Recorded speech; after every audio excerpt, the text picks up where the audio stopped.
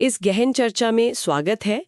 आज हम आयुर्वेद के एक ऐसे अहम विचार को समझ रहे हैं जो हमारे स्रोतों के हिसाब से करीब-करीब 70% बीमारियों की जड़ में हो सकता है।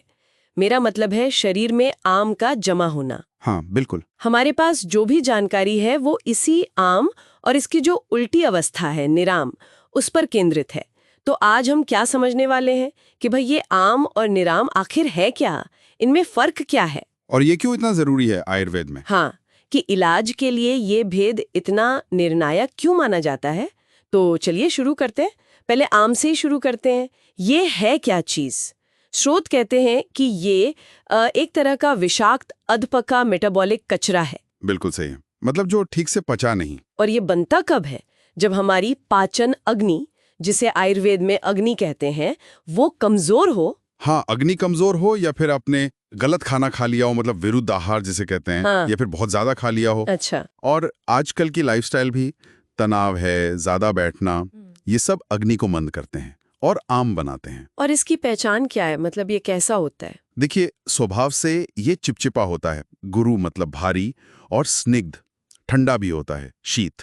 चिपचिपा, भारी, ठंडा। हाँ, और इसकी सबसे बड़ी दिक्कत यह है कि ये शरीर के जो सूक्ष्म रास्ते हैं, जिन्हें स्रोत कहते हैं, चैनल्स। हाँ चैनल्स, उनमें ये रुकावट पैदा करता है, स्रोतोरोध। ओके, तो ये तो हुआ आम। अब आते हैं निराम पर। ये ठीक इसका उल्टा हुआ। बिल्कुल। निराम वो अवस्था है जब शरीर में आम है ही नहीं, या अगर था तो वो पच गया, निकल गया। मतलब शरीर एकदम साफ। एकदम साफ, पाचन दुरुस्त है, दोष संतुलित हैं, अग्नि अपना काम अच्छे से कर रही है, कोई टॉक्सिन्स नहीं। तो ये तो आइडियल हेल्थ हुई एक तरह से। हाँ, आप कह सकते हैं स्वास्थ्य की आदर्श स्थिति। अच्छा, अब आते हैं उस पॉइंट पर जो आपने शुरू में कहा है कि 70% बीमारियां आम से जुड़ी हैं। ये बात स्रोत बार बार कह रहे हैं। जी, और इसी वजह से आयुर्वेद में इलाज से पहले ये जानना कि तकलीफ साम है, मतलब आम के साथ, या निराम है, यानी आम के बिना, ये सबसे जरूरी माना जाता है। सबसे जरूरी क्यों? क्योंकि अगर आम मौजूद है तो इलाज का तरीका ही बदल जाता है, पूरी तरह से। अच्छा। हाँ, अगर आपने आम वाली स्थिति में निराम वाला इलाज दे दिया तो वो बीमारी को ठीक करने की जगह और बिगाड़ सकता है। अरे बाप रे, तो ये फर्क करना बहुत ही अहम हो गया। बिल्कुल। तो फिर ये फर्क पता कैसे करें? कुछ खास लक्षण होते होंगे? हाँ, लक्षण ही तो कुंजी है। जैसे मान लीजिए सूजन है, शोथ। अगर वो सूजन छूने में ठंडी लगे, थोड़ी भारी हो, दर्द शायद ज्यादा ना हो और चिपचिपी सी लगे, तो ये आम की मौजूदगी दिखाती है, साम अवस्था। क्योंकि आम खुद ठंडा और भारी है। बिल्कुल। और अगर सूजन लाल है, गर्म है, दर्द बहुत है और रूखी सी है, तो ये निराम अवस्था है, मतलब वहां आम नहीं है, दोष सीधे बढ़े हुए हैं। और जीभ का भी कुछ जिक्र था ना? हाँ हाँ, जीभ देखना बहुत कॉमन है। अगर जीभ पर सफेद या मैली सी चिपचिपी परत दिख रही है तो ये आम का संकेत है। और निराम? निराम में जीभ साफ गुलाबी होती है, कोई परत नहीं। अच्छा, तो इन लक्षणों से अंदाजा लगता है, जैसे मान लीजिए जोड़ों में दर्द है। हाँ, और सूजन ठंडी और भारी है, तो ये शायद आमवात हुआ। बहुत संभव है। तो इसमें पहले आम का पाचन करना पड़ेगा। और अगर सूजन गर्म, लाल, दर्दनाक है, तो वो संधिवात जैसा हुआ, उसमें सीधे जोड़ों का इलाज। बिल्कुल सही पकड़ा आपने।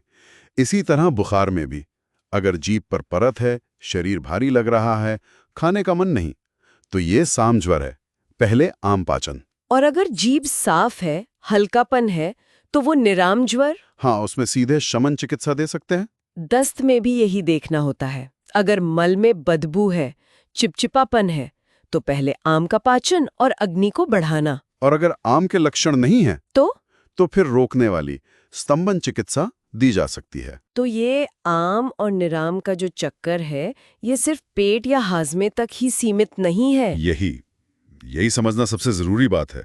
ये सिर्फ पाचन तंत्र का मामला नहीं है, ये पूरे शरीर की मेटाबॉलिक स्थिति, मतलब चयापचय की हालत और रोग कैसे पनप रहा है, उस पूरी प्रक्रिया से जुड़ा है। अच्छा। जैसे हमने जोड़ों, सूजन, बुखार के उदाहरण देखे, ये फर्क करना ही इलाज की सही दिशा तय करता है। ये शरीर के अंदर क्या चल रहा है उसका आईना है। ये तो काफी गहरा है। तो अब अगर हम इलाज की बात करें, हाँ, तो इसका मतलब क्या हुआ? मतलब सीधा है, इलाज इस पर टिका है कि आम है या नहीं। तो अगर आम है साम अवस्था, तो पहला काम। फर्स्ट स्टेप है आम पाचन, उस कचरे को पचाना, शरीर से निकालना, और इस दौरान भारी तला भुना ऐसा भोजन बंद। ठीक है। और अगर आम नहीं है, निराम अवस्था है, तो फिर आप बीमारी के हिसाब से दोषों को शांत करने का इलाज यानी शमन चिकित्सा कर सकते हैं या फिर शरीर की गहरी सफाई, शोधन, जैसे पंचकर्म वगैरह। अच्छा। और हाँ, इसी निराम अवस्था में रसायन देना, मतलब जो हेल्थ टॉनिक्स होते हैं वो सुरक्षित भी हैं और फायदेमंद भी। लेकिन एक चेतावनी भी थी ना रसायन को लेकर। हाँ, और वो बहुत जरूरी चेतावनी है। स्रोत साफ कहते हैं कि अगर शरीर में आम मौजूद है, उस अवस्था में रसायन देना जहर देने जैसा है। जहर? हाँ, क्योंकि शरीर उसे ठीक से पचा नहीं पाएगा, वो खुद एक तरह का बोझ बन जाएगा और नुकसान करेगा। समझ गई। तो सार ये है, निचोड़ ये है कि कोई भी स्वास्थ्य समस्या हो, आयुर्वेद के नजरिए से पहला सवाल हमेशा यही होना चाहिए, क्या यहाँ आम है, ये साम अवस्था है या निराम। ये छोटा सा दिखने वाला सवाल इलाज की पूरी दिशा और उसकी कामयाबी तय कर सकता है। और ये आंकड़ा कि 70% बीमारियां आम से जुड़ी हो सकती हैं, ये सच में सोचने पर मजबूर करता है। बिल्कुल।